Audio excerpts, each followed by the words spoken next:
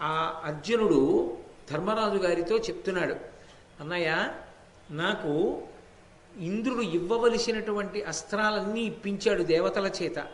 పరమశివుడు నన్ను అనుగ్రహించి పాశుపతాస్త్రాన్ని ఇచ్చాడు. పరమశివుడితో మల్లయుద్ధం చేయడం వల్ల నేను ఆయన శరీరాన్ని తాకగలిగాను.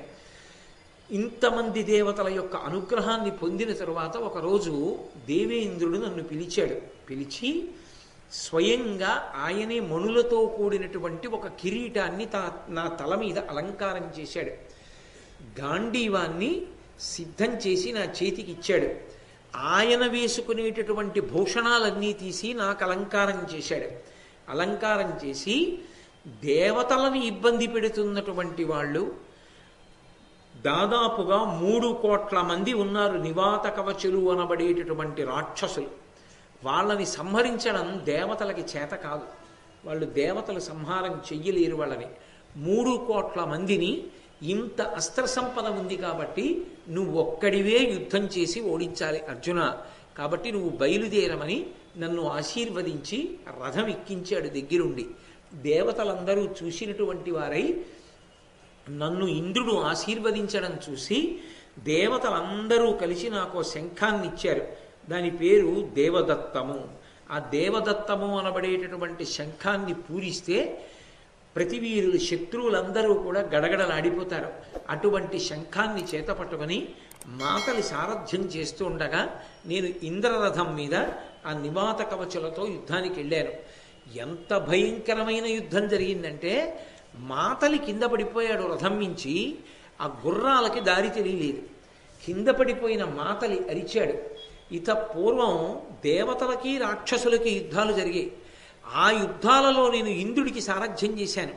అప్పుడు కూడా నేను ఇంత భయంకరమైన యుద్ధాన్ని చూడలేదు. ఈ యుద్ధం అంత భయంకరంగా ఉంది. అర్జున ఇది సమాప్తం అవుతుందా అని అడిగాడు. 3 కోట్ల మంది రాక్షసులు విడిచిపెట్టినటువంటి కొన్ని కోట్ల బాణములను అర్జునుడు ఒక్కడే ఛేదించాడు. అది నిజంగా అనితర సాక్ష్యం. అసలు మహాభారతం చదువుతుంటే ఒళ్ళు గగురు పొడుస్తుంది. 3 కోట్ల మంది రాక్షసులు ఒక్కొక్కడు ఒకే సమయంలో అనేకమైనటువంటి ఆయుధములను ప్రయోగించగలరు.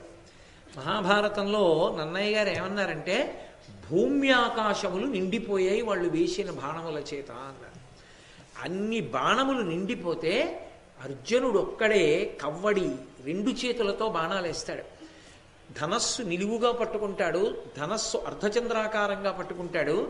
ఎప్పుడు ఏ చేతితో ఎటువైపు నుంచి బాణం తీసి అక్షయ బాణ తోణీరంలోంచి ప్రయోగం చేస్తాడో తెలియదు. 3 కోట్ల మంది చుట్టుముట్టి యుద్ధం చేస్తే ఒక పక్క మాతలి కింద పడిపోయాడు. సారథ్యం చేసేవాడు లేడు రథానికి. వాళ్ళ మాయ వలన చీకట్లు సృష్టించారు. ఆ చీకట్లలో ఆయనే రథసారథ్యం చేసుకుంటూ ధనస్సు చేతపట్టి ఇవాళ నా పరాక్రమం అంటే ఏమిటో చూడు మాతలి అని కొద్ది నిమిషములలో 3 కోట్ల మందిని నివాత కవచులతో సహా సంహారం చేసి మాతలని రథం ఎక్కించాడు. అంతటి పరాక్రమోపేతుడైనటువంటి అర్జునుడికి కురుక్షేత్రంలో పడగొట్టడం పెద్ద కష్టం అవుతుందా? అయినా కురుక్షేత్రంలో కష్టమైంది అర్జునుడికి. కృష్ణ భగవానుడు ఉన్నాడు కాబట్టి సాధ్యమైంది. ఇంత శక్తి సంపన్నుడు కూడా భీష్ముడి ముందు నిలబడలేకపోయాడు. అందుకన్నాడు ధర్మరాజు గారు, నాకు రాత్రులు నిద్ర పట్టదురా, భీష్ముడు, ద్రోణుడు, కృపాచార్యుడు, కర్ణుడు వీళ్ళని తలుచుకుంటే నిద్ర పట్టదు. వాళ్ళేం సామాన్యమైన వీరులు కారు. యుద్ధంలో మనం వాళ్ళని ఎలా తట్టుకోగలం? ఆ శక్తి మనకెక్కడదని అడిగాడు. వెంటనే వ్యాసుడు వచ్చి, మీకు శక్తి లేదనుకుంటూ కూర్చుంటే వచ్చేది కాదు, దేవతల్ని ఉపాసన చేసి కాలాన్ని సద్వినియోగం చేసుకోండి. ఈ అరణ్యవాస కాలం నిష్ప్రయోజనంగా గడిచిపోకుండా భగవంతుని యొక్క అనుగ్రహాన్ని పరిపూర్ణంగా మీరు పరిపుష్టం చేసుకుని దాని వలన అస్త్రములను సంపాదించి కురుక్షేత్ర సంగ్రామంలో మీ సామ్రాజ్యాన్ని మీరు పొందడానికి కావలసినటువంటి స్థితిని పొందండి అని చెప్పిన కారణం చేత అర్జునుడు ఇంత అస్త్ర సంపదని పొందినటువంటి వాడు, 3 కోట్ల మంది నివాత కవచుల్ని సంహరించినటువంటి వాడు, మహాభారతంలో భీష్మాచార్యుల వారు వేసినటువంటి బాణాలకి శ్రీకృష్ణ పరమాత్మని కొట్టేసి అర్జునుణ్ణి కొడుతుంటే పూచిన మోదిగో వృక్షంలో రక్తం కారిపోతుంటే భీష్మాచార్యుల వారిని నిగ్రహించలేక నిలబడిపోతే కృష్ణుడు రథంలోంచి దూకేశాడంటే భీష్ముని యొక్క శక్తి ఎటువంటిదో ఆలోచించవచ్చు.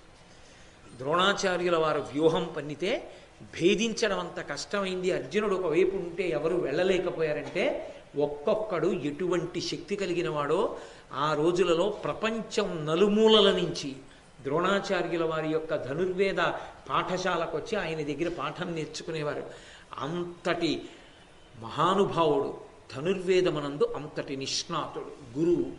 వాళ్లే ఎదురుగుండా వచ్చి యుద్ధం చేస్తే మనం ఎక్కడ యుద్ధం చేయగలం రా అని ధర్మరాజు గారు బెంగ పెట్టుకోవడం ఎంత సమంజసమైందో, ఎంత అర్థ విహితమైనటువంటిదో మనకు అర్థమవుతుంది. కాబట్టి ఆ మాతలిని అడిగాడు అర్జునుడు.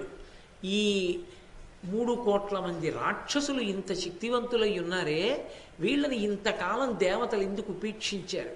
వాళ్ళిచ్చిన అస్త్ర సంపదతోనేగా నేను వీళ్ళని పడగొట్టాను, వాళ్ళందరూ కలిసి వచ్చి వీళ్ళని ఎందుకు సంహరించలేదని అడిగాడు. అడిగితే అప్పుడు మాతలి అర్జునుడికి చెప్పాడు రహస్యాన్ని.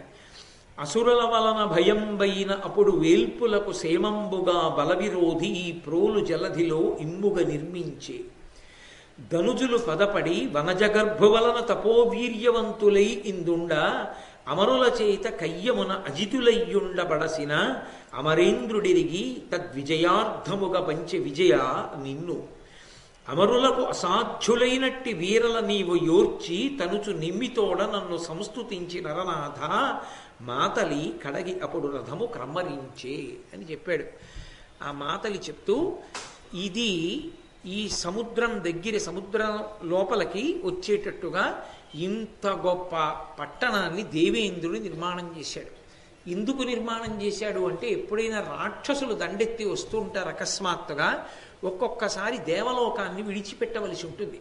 అప్పుడు ఒక రహస్య స్థావరం ఒకటి ఉంటుందని ఇంత గొప్ప పట్టణాన్ని నిర్మాణం చేశాడు. దేవేంద్రుడే నిర్మాణం చేశాడు దేవతల కోసం. కానీ అప్పటికే దేవతల చేత ఓడిపోయినటువంటి రాక్షసులు చతుర్ముఖ బ్రహ్మగారి గురించి తపస్సు చేశారు. తపస్సుకి వశులవుతారు దేవతలు. కాబట్టి స్వామి హనుమ చెప్పారు కదా, స్తోత్రానికి, యజ్ఞానికి, యాగానికి, ప్రార్థనకి, సూక్తానికి వాళ్ళు వశులవుతారు. కాబట్టి బ్రహ్మగారు ప్రత్యక్షమై ఏం కావాలన్నాడు. దేవేంద్రుడు దేవతల కోసం దేన్ని నిర్మించాడో అది మాకు ఆవాసం కావాలి. దేవతలందరూ కలిసి వచ్చినా మమ్మల్ని నిర్జించడానికి కావలసిన శక్తి వాళ్ళకు ఉండకుండా ఉండాలి. ఈ 2 వరాలు ఇమ్మన్నాడు. తథాస్తు అన్నాడు. వెంటనే వీళ్ళు ఖాళీ చేసేసారు.